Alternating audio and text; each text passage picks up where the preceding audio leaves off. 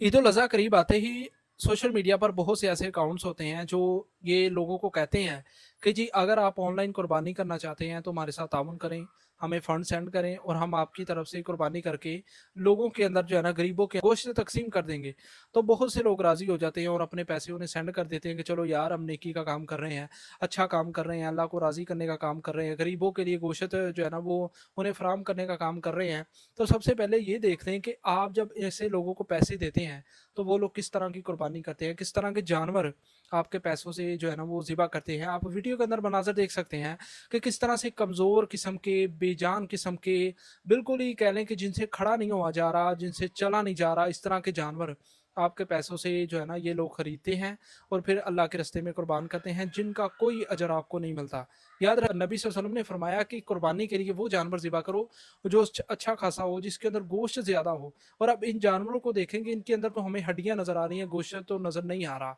तो इसलिए कोई भी नेकी करने से पहले ऑनलाइन जिस तरह से अगर आप किसी को पैसे सेंड कर रहे हैं, जी हमारी तरफ से कुर्बानी कर दें, तो ऐसे ही पैसे सेंड करने के बाद अपनी कुर्बानी के जानवर को भी ज़रूर देखें कि वो जो कुर्बानी का जानवर आपके पैसों से ज़िबा करने जा रहे हैं, अल्लाह के रास्ते में कुर्बान करने जा रहे हैं, वो जानवर अच्छा है, मोटा ताज़ा है या इस तरह का जानवर है कि जिसके अंदर गोश्त का कोई नामो निशान नहीं है।